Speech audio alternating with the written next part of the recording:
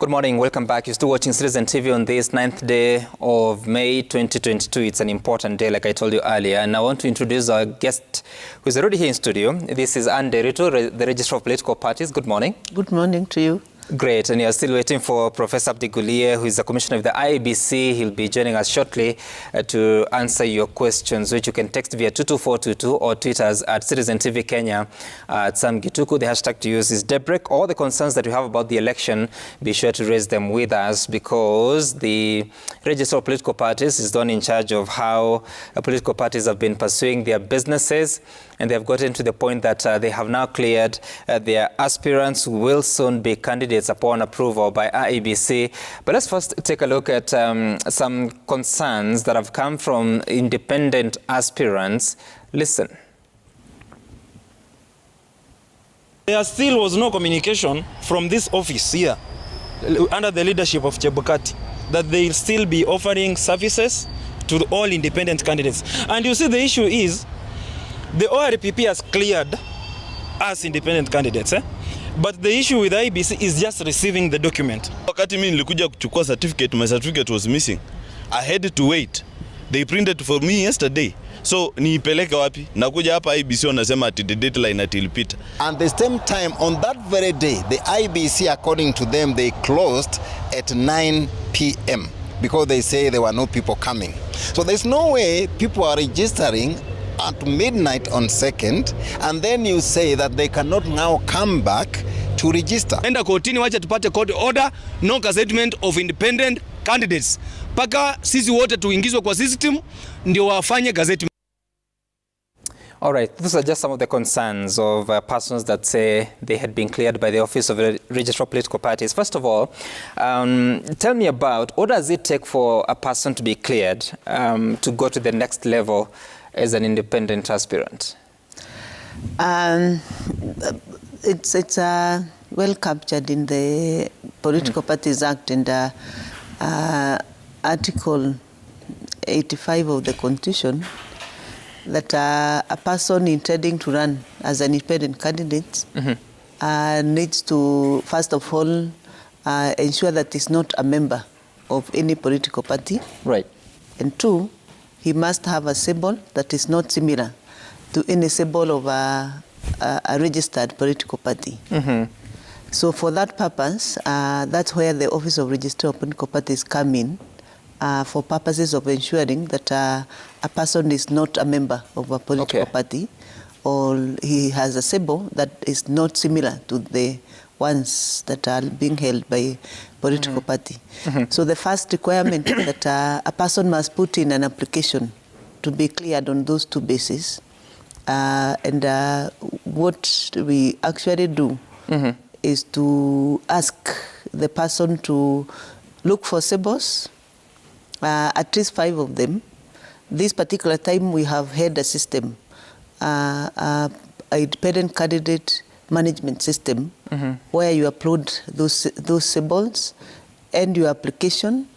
You are supposed also to pay a fee of only 500 shillings. And after that, the symbols are compared with the ones that are being held by political parties. And then out of the 5 that you have presented, then we choose one for you. Okay.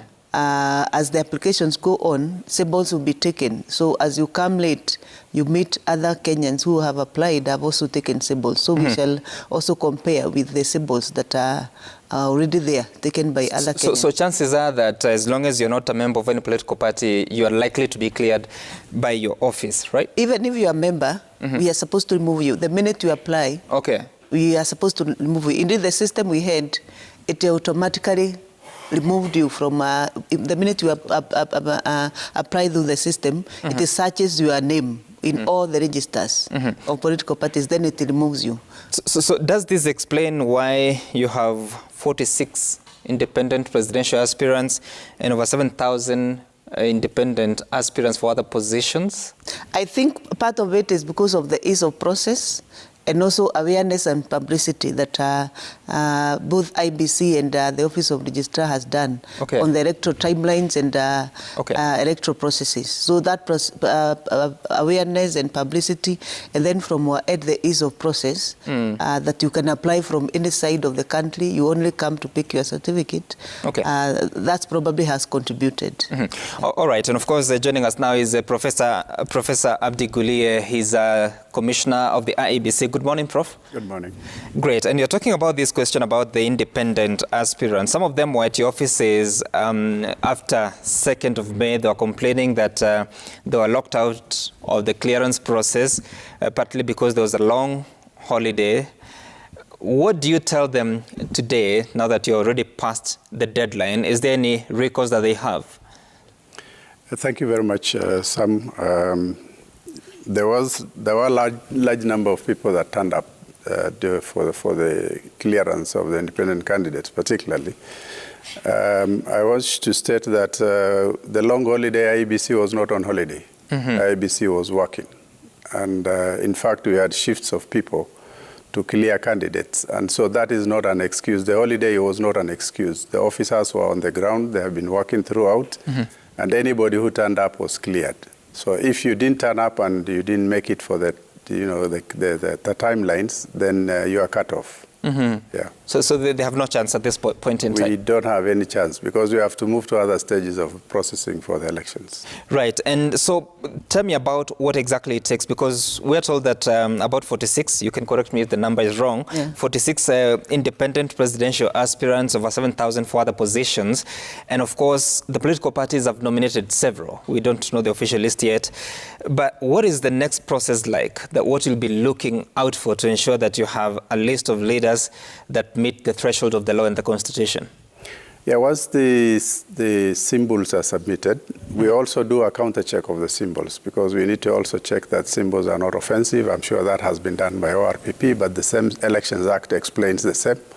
So we do also check the symbols and ensure that they are not shared with other political parties or with other candidates.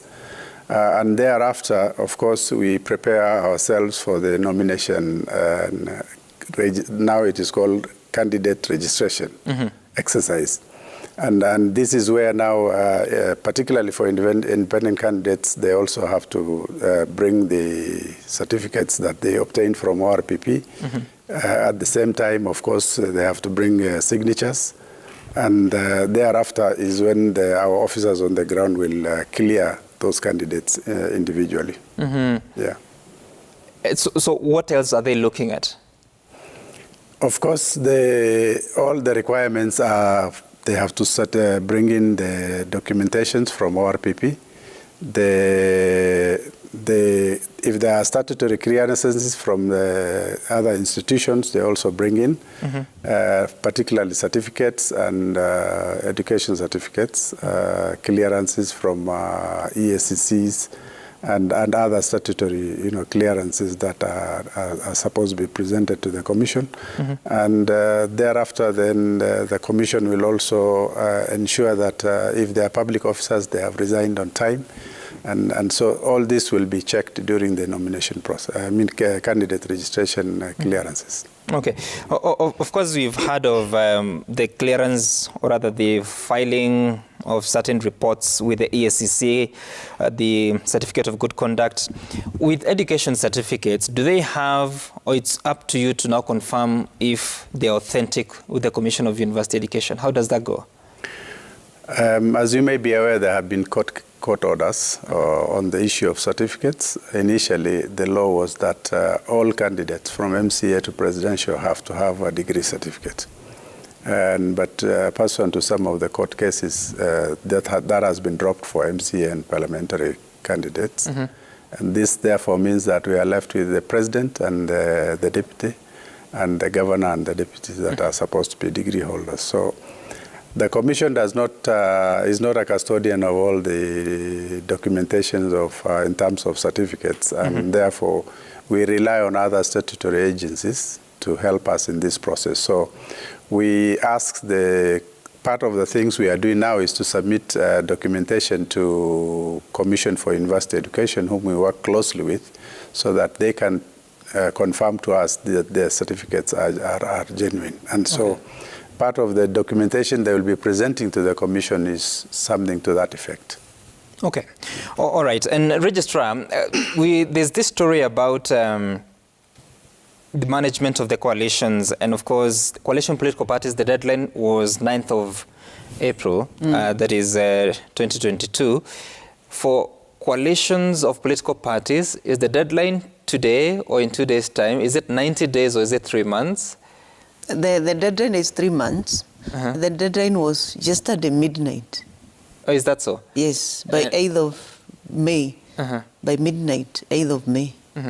Yeah. And have you received now presentations for coalitions, especially for, I think there's Kenya Kwanza coalition? Have you received the document? Yeah, yesterday we received about 3 coalition agreements. The first one, of course, by Kenya Kwanza. The other one we received was by a coalition called Ukombozi wa Majibo. And then another one called the Eagles National Alliance. Yes, we received those 3. Okay. Yes. Do you have the details? Not really, because we received late, quite late. Yeah, we need to now from there sit and evaluate according to the law. Okay. And see whether they meet the threshold, and then we communicate to them. All right. Okay. I wish you had the details so that you could tell us about the many members that are in those coalitions. Yeah. But nevertheless, with the Azimio la Umoja One Kenya coalition, I'm just hoping I'm getting it right, we've heard of some members saying that they are dissatisfied with how matters are being managed inside and they want to exit. Is that a possibility? First, the Azimio la Umoja One Kenya Alliance is 3 weeks old. Is it 1 month? Yes. It's 1 month old. And probably every formation, group formation and group dynamics take some time to settle. And I know probably they are going through that phase. But all the people who actually want to exit signed the agreement. It is within their right to exit. Every coalition agreement provides how you join and how you exit. What is very important is that during exit, when you want to exit, then you should follow what you put in writing and you signed to. This is the manner in which I will exit the coalition agreement. And the third schedule of the Political Parties Act demands that a coalition put in place the mechanism of joining and the mechanism of leaving once want to leave. So the question of whether somebody can leave, the answer is yes. But then you should follow the requirement of your coalition agreement. How many requests have you received from the Azimio movement for people that want to exit? I think they only 2. That is? Yeah. There's the Maendeleo Sharp and PA. Pamoja African Alliance. Yes. And they're still active. They're being processed. Now, what you do once that particular request has been put across, you then refer them to the coalition agreement and the provisions of that coalition agreement, and then you ask the coalition itself to sort, because a coalition political party or any coalition have self-regulations and self-regulation mechanism. Part of it is that there are decision-making organs within the coalition political party or even a coalition which are certified, and you so as even publish those decision-making organs. So it's for them to sit down, then decide how to do with the specific request, so that those people are able to either remain or move out, depending on what they shall sit and agree. But I want to say and repeat again that it's the right of a coalition partner to either sit or exit, but then the provisions of the law must be followed. Okay. And of course, we're hearing that there are some clauses. We've been trying to land our hands on the documentation of Azimio la Umoja One Kenya Alliance coalition political party, but there appears to have been a threshold, I mean, a window of several months when no member can actually exit. But also we hear a party like Wiper Party saying that if Kalonzo Musyoka is not picked as a running mate for Raila Odinga, then kitaumana and they'll have to exit Azimio. Is that a possibility in the framework of preparing for the next election that a party dissatisfied with whatever can actually, within the law, exit? If they exit within the provision of the coalition, the coalition itself decide, we sit down, then we release them, because they can decide. It's a self-regulating. They can decide, then we need to release whoever want to be released. But without them, the register has no power to release anybody from from a coalition agreement. Okay. Because it's them who commit themselves to sign into that coalition. All right. And of course, if you're joining us now, we're talking about what's happening behind the scenes, what you don't see in the preparations for this election from the perspective of IEBC and the Office of the Registrar of Political Parties. You can send in your questions by tweeting us via Citizen TV Kenya at Sam Gituku. The hashtag to use is Debrek, or you can text us via 22422. And Prof, we're looking at a very important week, because by next week on Monday, you should have received all the running mates for different candidates for presidential contest as well as the governorship. And then also there are other events that have to happen within the week. We know that Azimio la Umoja One Kenya Alliance is going through a certain process of picking their running mate. But there's been this question: can a person who is serving a public office today stand for running mate in a coalition, in a presidential governorship contest? I think we've been asked this question before. One ought to have resigned if they intend to be in politics, and if they're holding a public office, they should have resigned. I think it was sometime in 9th of February. 9th of is it April? Feb. Was it 6 months or 6 months? 6 months to the election, to the general election. So that rule applies to all. It's not selective. And if you intended to be in politics, you should have made your mind a long time ago and joined whichever formation you want to join. But I think for us, we will enforce the law as it is. There are those that argue that you don't pick yourself as a running mate. It's a candidate that comes for you. That's fine, but you choose to be in politics. So you must have had discussions with people prior to being chosen to be a running mate. And so if you have such intentions of going into politics, then you should make your way out of public service. And back to the question of clearance of candidates. And of course, the law talks about you must have exhausted all avenues of appeal just in case you have a matter that you've been convicted. What happens to candidates that have been impeached before? First, there was Ferdinand Waititu, who didn't win the UDA ticket in Kiambu County. Mike Sonko was impeached in Nairobi, now going for a seat, for the same seat in Mombasa County. What happens? For us, again, this is a matter that is under discussion. In fact, it's today that we are going to have a meeting to deliberate on that issue at the Commission. But the law guides us that if you have been found to be culpable by a competent court of law, and by a court, to have been impeached sufficiently for certain irregularities in performance of your duty, then if there are existing appeal mechanisms, then you can still be eligible to vie. But if all those appeal mechanisms have been exhausted, and therefore the final verdict is uncontested, then you shouldn't run. Yeah. So if there's a pending appeal, assuming that Mike Sonko has a pending appeal at the Supreme Court, then that's a lifeline? Yes, it is. Okay. All right. And of course, then talk to me about where we are in terms of processing of these candidates into the election. What is it that the Kenyan must know at this point in time? At the moment, we are in the process of preparing ourselves for the registration of candidates.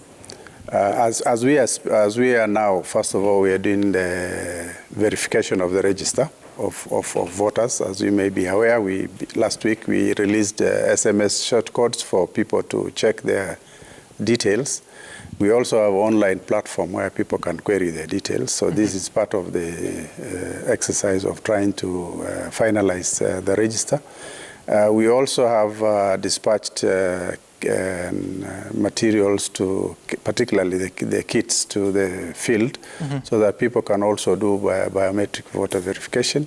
And so this exercise is to proceed for the next 1 month with the purpose of trying to ensure that at least everybody has their details captured as they were during the registration.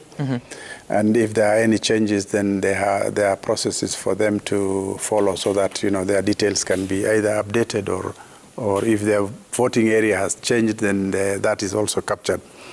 Thereafter, we also, concurrently, we are also having the audit of the register ongoing currently. As you may be aware, we contracted KPMG to do that exercise. And so I think they are going to conclude in about 3-4 weeks' time. And so they will also give us a report. A report that that has recommendations, and so we will also act on the recommendations. I think the report also is supposed to be shared with the National Assembly. But the sum effect is that the report from the KPMG and the current ongoing verification exercise is to ensure that at least we clean up the register and have a register that is ready for gazettements sometime in early June. Okay. And so that is on the front of the register, and I think on the candidates I've already mentioned the fact that we are preparing ourselves for the end of this month. I can't remember 29th or 28th when the process of registration of candidates will begin, and it will take about a week or so. And so that also we are preparing ourselves for that. All right, we'll come back to the process, but Registrar, recently during the party primaries, there were several concerns, especially on how the process was conducted and eventually how those disputes were resolved. From your perspective, in looking at how political parties were able to manage this process, do you have any concerns now, especially just after that process is concluded, that you think, looking ahead into the future, there are things that have to be improved or changed? I think, first of all, I want to really say that political parties this time tried all their best to try and address matters that arose from the party nominations. I want to say they were also better organized in terms of they were able to say exactly where their party nominations will be. They give timelines. They also give the election. They give to us the elections boards and organs. They told us the method by which they will, according to the amended law. And they were better organized and better prepared for party nominations. And an indication of that is that in 2017, we had about 306 disputes filed and, at the tribunal, and about 300 plus also filed at the IBC. Some of them, of course, coming from registration of candidates, but some coming from party nomination. This time around, when I last checked last week with the PPDT, there were about 110 dispute filed. So that alone is an indication that things were better, comparably. We saw that the dispute, internal dispute resolution mechanism of political parties springed into action, and there were so many issues that were solved at the party level. But going forward, I think it is important. One thing that I've checked, because the Office of Registrar monitored the nomination, one of the issues that probably we still feel that need to be looked is especially the strengthening of the party processes, the internal dispute resolution mechanism, and also try to plan, to do timely planning, so that parties are not rushing the last minute. I think also we need to really have guidelines on negotiations and consensus. There should be proper guidelines on those particular aspects, which are allowed by the law through consensus and all that. But then we need proper guidelines so that finally, at the end of the day, Kenyans feel comfortable that a process was completed and well done. Yes. Yeah, but tell me about, because there's actually a challenge that has been filed by at the High Court. I don't know how far it has gone in terms of the political party registers that were used for during the nominations. And I remember taking part in covering some of them, and you find that the register being used there looks like what IBC had in 2017. So for political parties that did not use their party registers to conduct the nominations, what is the legal position of the outcome of those primaries? Now, that one, unless it's proven that they did not use the party membership register, then you cannot really pin them unless you have proof. But one important thing is that we certified the registers and give each and every political party for use in party nominations, and also to submit to the Electoral Commission for purposes of regulating the same party nominations. So to us, we have no proof that parties never used but okay, fine. That's fine. But hypothetically, based on what the law says, who should take part in a political party nomination? It is the party members, based on the law. And so if someone who is not a member of that political party takes part in the primaries, what would be the opinion of the register of political parties in terms of how tenable that outcome is? I will not talk about the outcome more. I will talk more of whether the right thing has been done.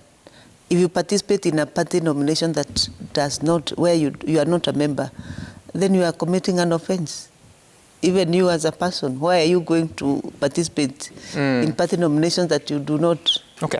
Yeah. Okay. Prof, does that bother IEBC that the process of picking candidates, and fine, maybe people have gone through the dispute resolution mechanisms and there's no further dispute, but does the process, especially party primaries where it's universal suffrage, but you have people that are not members of that party, does it bother IEBC? Thank you for the question. I think it bothers us because if the party processes are not run properly, we end up with a lot of independent candidates.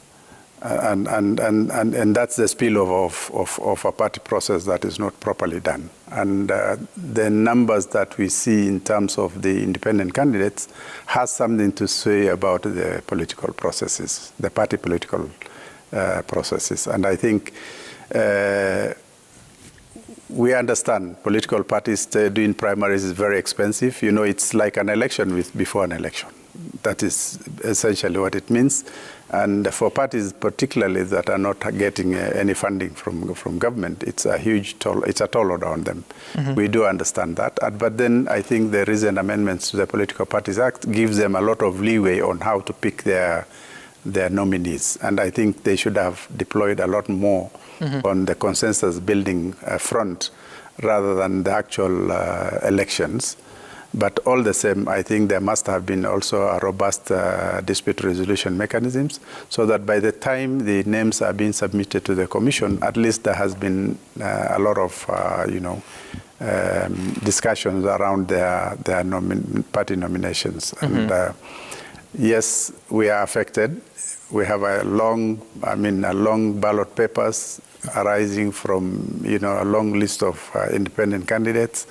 But we would have wished if the party processes were a bit more transparent and more, so that we can have candidates that are certified that they have lost genuinely and therefore don't need to move to independent candidates. And just to take you back to that list of presidential aspirants, for instance, look at the 46 independent aspirants. They want to be president of this country.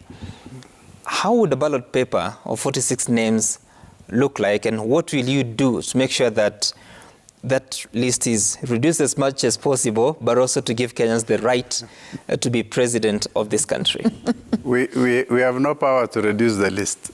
We can only subject them to the process, and if the process eliminates them, the better for us. But during the candidate registration, of course, there are all those requirements that need to be fulfilled. And therefore, ultimately, after the registration process, we will find that some of them may not have complied. But the Commission has no other mechanism it has no mechanism of stopping anybody from contesting. It's their political rights, and anybody who wants to contest can contest. But we've had long lists before. There are certain counties in this country, I don't want to mention, where even for an MCA position, we have had close to 40 candidates competing. And so we have had long ballot papers before. We are not, it's not something unusual to us. Would you remember how many candidates or aspirants came before you in 2017 between May and June for clearance and ended up at, were they 8, I think? I think there were 8, but I can't remember the exact number. It was a while back, but I think we had a few that didn't make it. So we also hope that by the time we are doing registration of the candidates, if they will not have complied with all the requirements, then there will be a reduction in that number. Okay, all right. Particularly the issue that will reduce the numbers is the requirements for 2,000 signatures together with the photocopies of the ID cards of the supporters from a majority of the counties, which means 24 counties. So 24 counties. So, and we've had complaints about, why do we have photocopies of IDs? But it's precisely to make sure that we don't have jokers running around, for elections. Okay, I need us to take a look at a tweet that has come through. But before we take that, does an independent candidate require to have the signatures from people that are not members of any political party, or it can be anyone? The requirement is that both the proposer and the seconder should not be from any political party. Yeah, it's only two who should be independent, should be partyless. The rest, I think, it's any Kenyan, whether partyless or not partyless or in a party, provided they are coming from the electoral area that they intend to vie.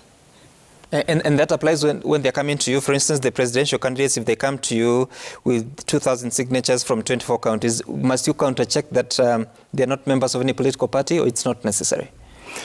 I think the process is the same. It's not different from ORPP process. So we employ the same process, and I think the clearance is almost the same in terms of the IEBC.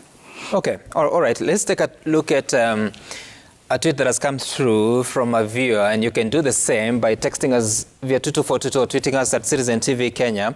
This is Engineer Lazaro, who is saying that my hard questions to election management team: how will they manage to punish coalitions which don't obey gender rule? And can any party of a registered coalition still manage to pull out? And what are the penalties? Of course, I think the second part has already been answered by the ORPP. But this question about the gender role, some 2 weeks ago, if I'm not mistaken, it was actually on 27th of April, IEBC released a statement to political parties telling them that they have to ensure their party lists are compliant with the gender rule, meaning that at least a third of the list has to come from either gender, male or female. And you also released a statement saying that is it 42 political parties or 48 have complied, but others have not.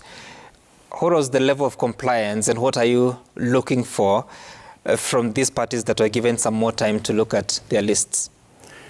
I think, first of all, it's not IEBC imposing the restrictions. I think Kenyans need to understand that. The need for the at least 2/3 gender rule compliance is a court order that has been ordered by the courts for IEBC to comply with.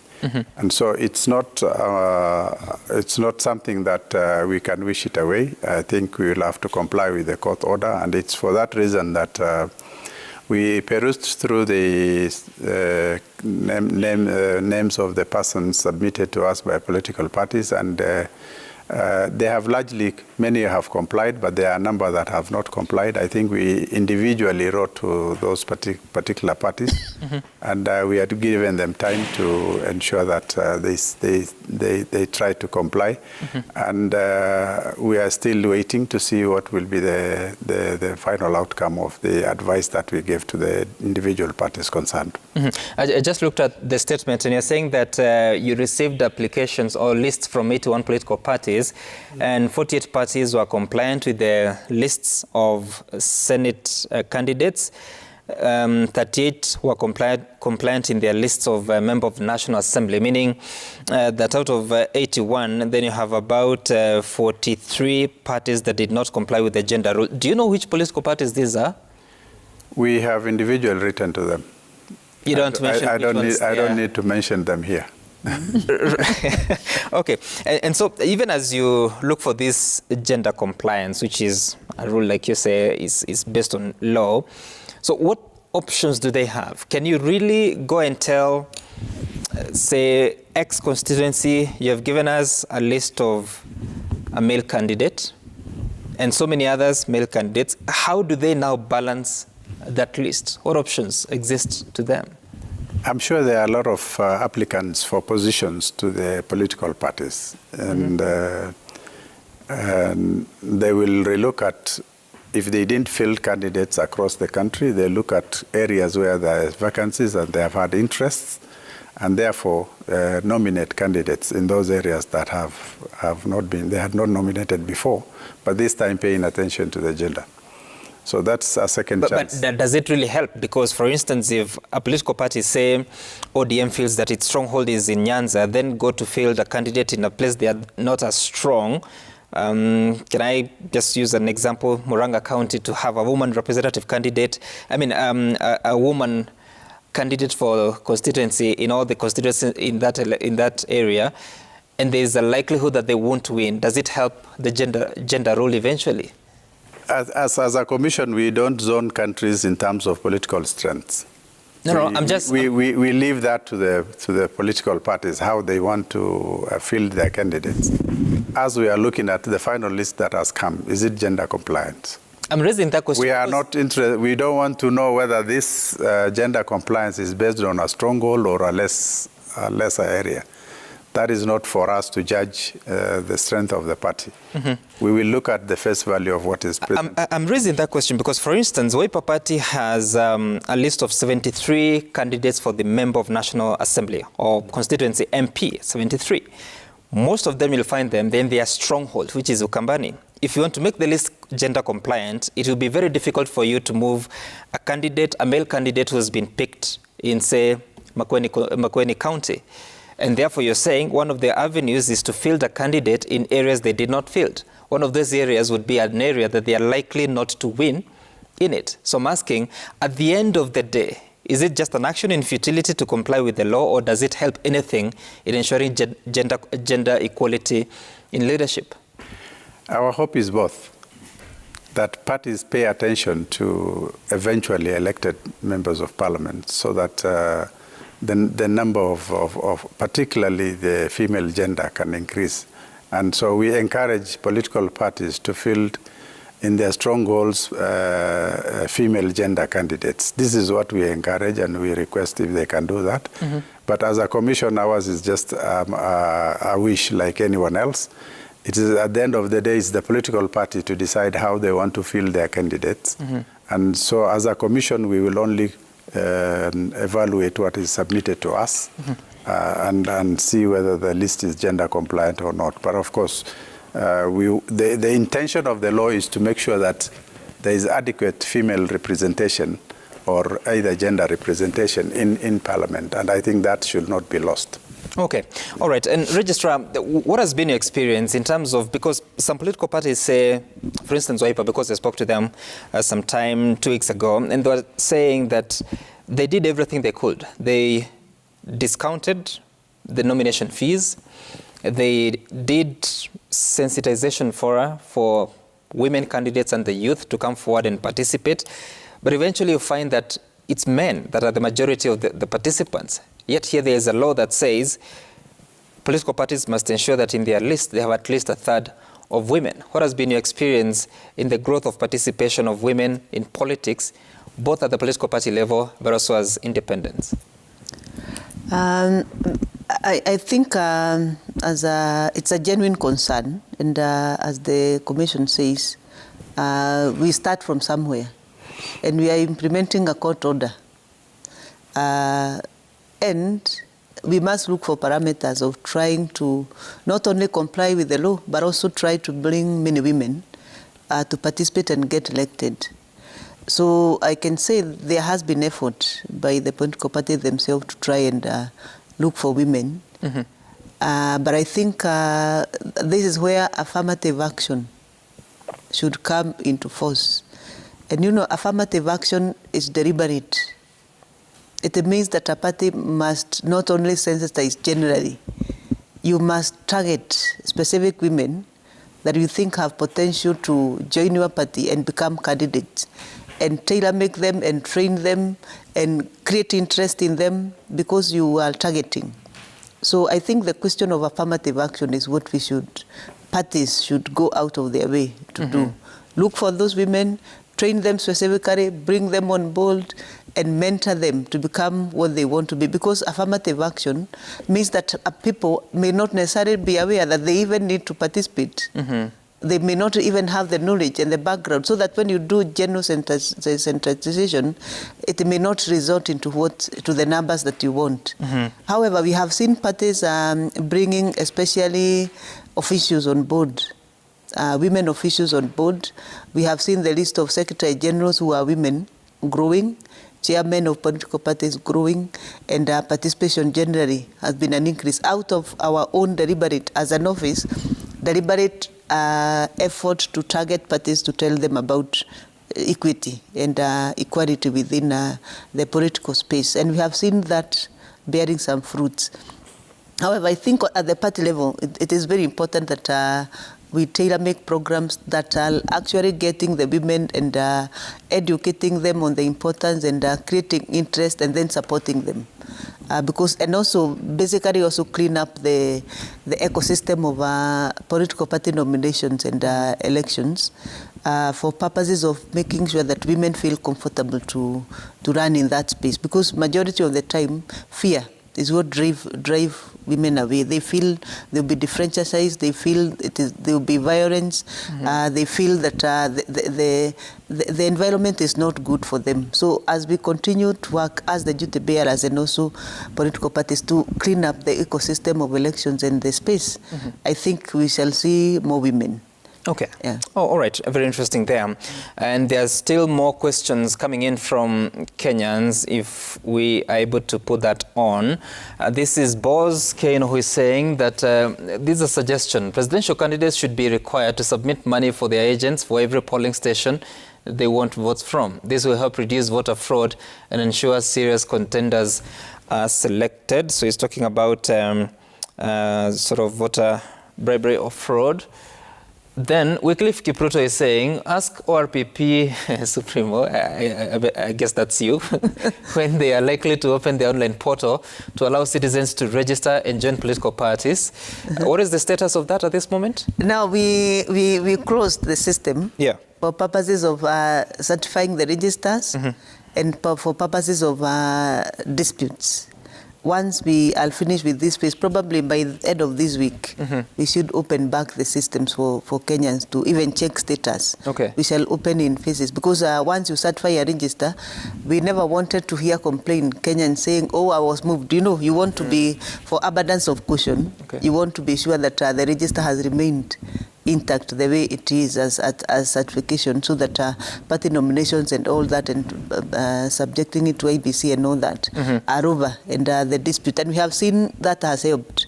The dispute that has come and people want to confirm membership, then you realize that then the register is intact, because there has been some complaint Kenyans saying, oh, I fear that the systems are open and then somebody will move me. Whether those fears are founded or not, what we did is just abundance of caution. Is it possible, because I know I've asked you this question before, but now that you're here, it's also important that you answer it, that some political parties were claiming that other political parties stole their data. Is that a possibility currently? Not from the register. Not from the register. They can share their register out there, but not from the register that we hold. It's impossible to take data from our register. But in terms of sharing data, you know, the political party have its own register. Even the one we certified, we gave it to them. So if they trade off with their, or kind of they share their data, that's a different story. But it is not possible for you to change data in our system. You change from this party to this other one, unless somebody has given you his rights to the different portals, which includes the ID number. But it is possible, or it has happened, that people are registered into political parties without their consent? Before then, yes. We have, and I think we have clarified this matter, demystified it to the last word, that this register has come far away from when parties started registration. And the reason why Kenyans would find themselves in parties that they probably never consented to, or they never registered, because probably systems were not there and proper. But right now, if you enter to register into a political party, what is required of you is that you must give consent. A message will be sent to your phone, and you give consent to be registered in a particular political party. And that's why we opened systems for Kenyans who thought either they actually registered or not, because there are reasons why they find themselves in those registers. Some of them actually registered, but because a party merged with another, they think now the new party they are in, they never registered, but they registered in another party that was merged with this other new one. So there are reasons why. So if you find yourself in a party that you never wanted to belong, then you automatically give you the right to leave that party. But then to be re-registered, then you must give your consent. And funny enough, we had over 2 million Kenyans resigning, but half of them still came back and registered willingly into political parties. Right. Yeah, that means that Kenyans are still interested in registering into political parties. They resigned, but they joined the political party now. They wish of their choice. Of their choice, yes. Okay, and Commissioner, there has been several developments in the courts that affect IBC, including recently when the court ruled that you have no power to really pursue the matter of Sabina Chege on some sentiments that she had said, saying that you cannot enforce that code of conduct in the manner that you are doing it. And now we're getting into the official campaign starting the end of this month. So how do you plan to enforce this code of conduct after suffering such a setback? I think, first of all, we did an appeal to that decision. And in our own view as IEBC, I think that was an error of judgment. The Commission should be allowed to enforce discipline in this, during this time of political processes. And what the court has done, whether it is specific to that particular case or it's a blanket, it has tied the hands of the Commission. And so that is why we have appealed for, and we are waiting for the conclusion of that process. But having said that, I think the Dispute Resolution Committee will still convene for other cases that probably warrants attention. Yeah.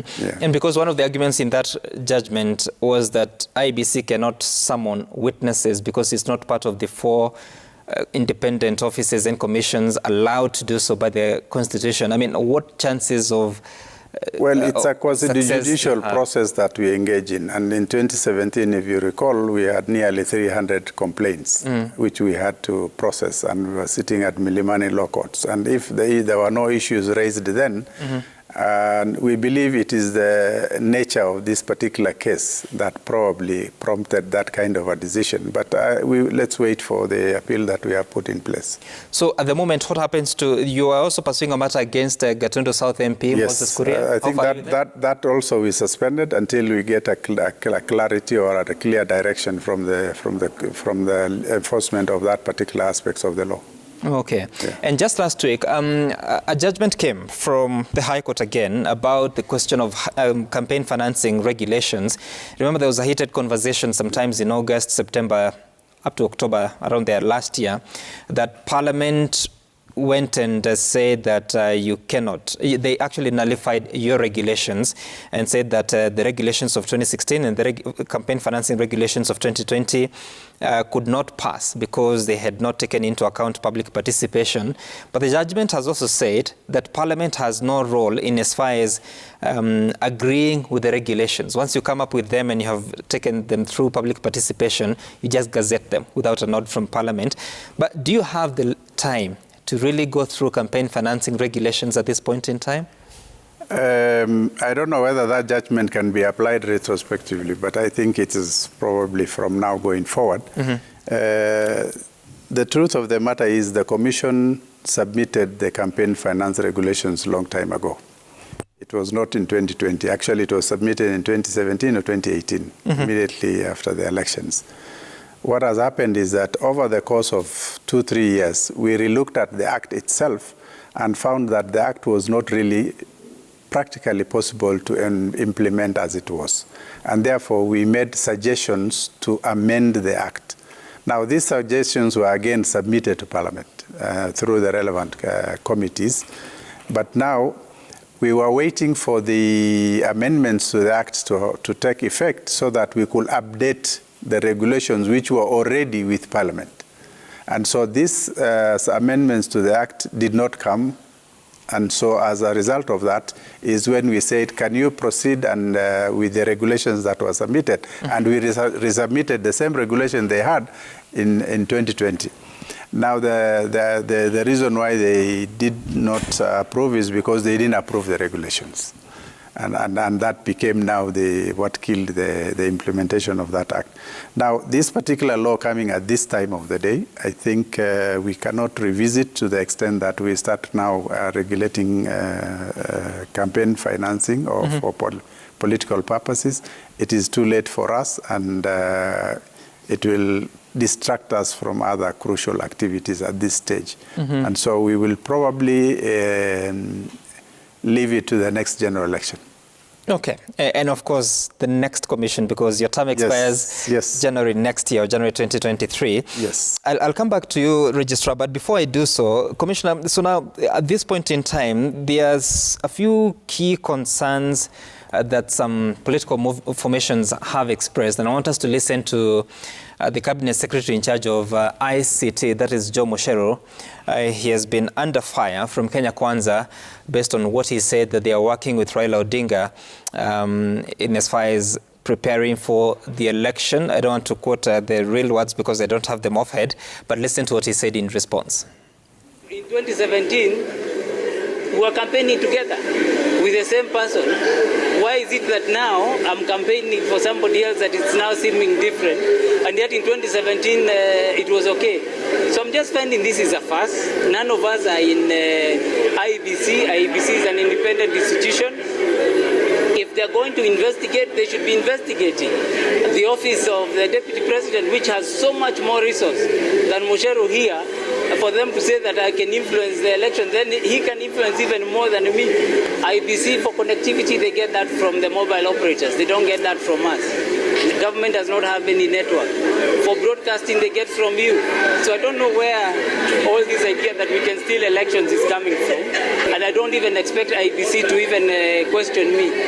They are the ones who know how they are running the election. They are independent. So I think then they know this is just political games. People who are afraid that maybe they won't win, and they're trying to look for scapegoats.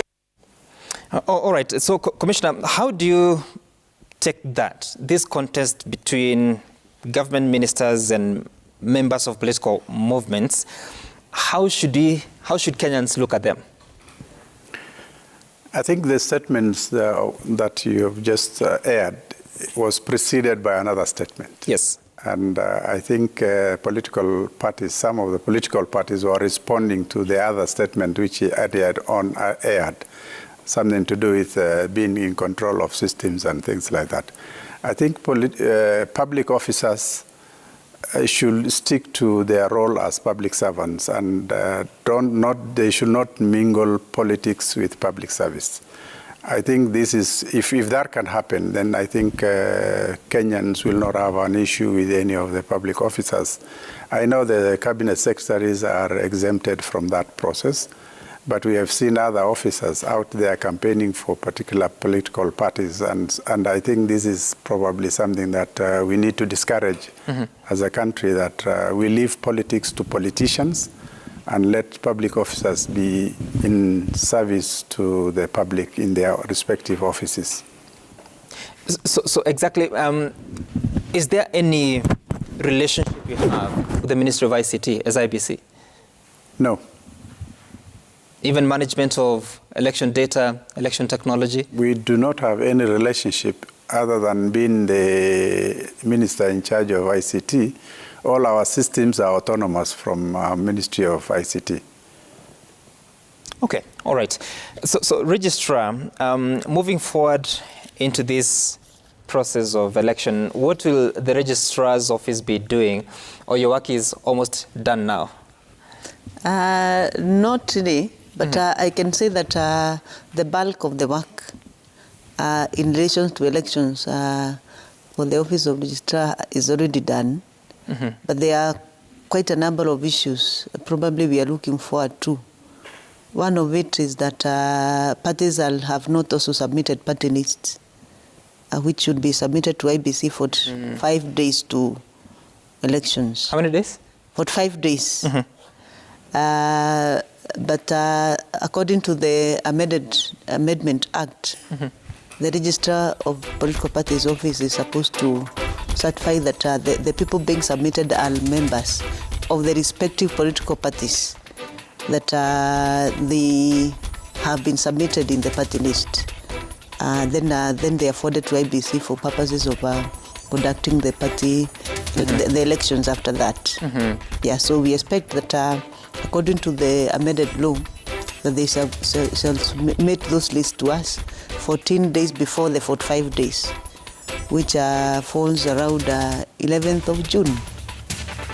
Yeah, so parties should actually be preparing those party lists, and those are different from the candidate list that IBC is dealing with now. Party lists are for purposes of conducting elections after the general election for nominations to the various the nomination slot. And it's large data, so they need to prepare in advance and try as much as possible to look at all the issues, the question of gender, the question of disability, the question of regional balance. Among that, I know that is what IBC will be looking into, but ours is only to ascertain that by the time those lists are given out, they are actually members of the respective political parties.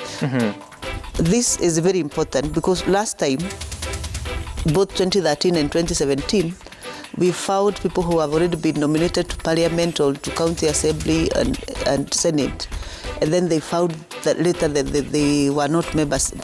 Some people litigated around that, and we found people pulling each other to court on basis of membership.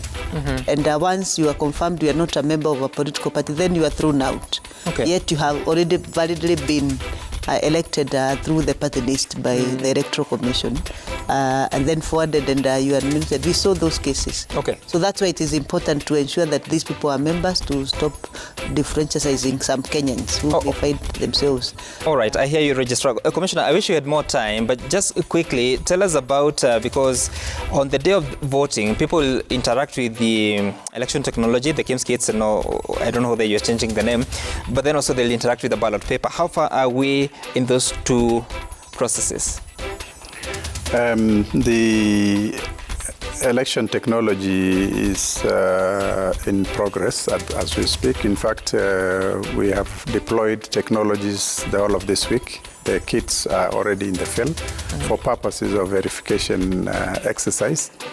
And we hope to deploy, as we did in 2017, adequate kits. At least for every polling station there will be a kit, and there will be other kits for purposes of, in case a kit is not working, there will be backups in every constituency. And so I think on that front we are on course in terms of kits. The ballot papers, of course, these processes of nominations are actually leading to preparing a proof of ballot papers for different elective positions, and so once we are ready, then we will submit to the firm that has been contracted to print the ballot papers, and so that is going to be at a later date. So for now, Kenyans can go to which offices to verify their registration? They can go to our constituency offices to verify their registration, but we are also trying to ensure that they don't crowd at the constituency. We're actually asking them to move to certain centers within the wards where they can go and check their all right. details. They have 30 days to do so. Yes. We quickly take a look at the feedback. Huza is saying, we know what to expect as the countdown continues. We as part of participants and citizens of Kenya will do our best to hold the referee accountable for everything concerning the election in every polling, including Nyanza region, via Riletwe. That is Huza HSC who is tweeting us. And of course, these questions, we will continue to raise them with IEBC as so much more is being worked on. Thank you both, Professor Abdi Guliye, Commissioner IEBC, and Anne Derito, Registrar of Political Parties, for making time for us to have this conversation. And Kenyans will continue to raise questions. We'll be sure to share them with you as we get into the final 3 months of the general election. My name is Sam Gituku. See you some other time.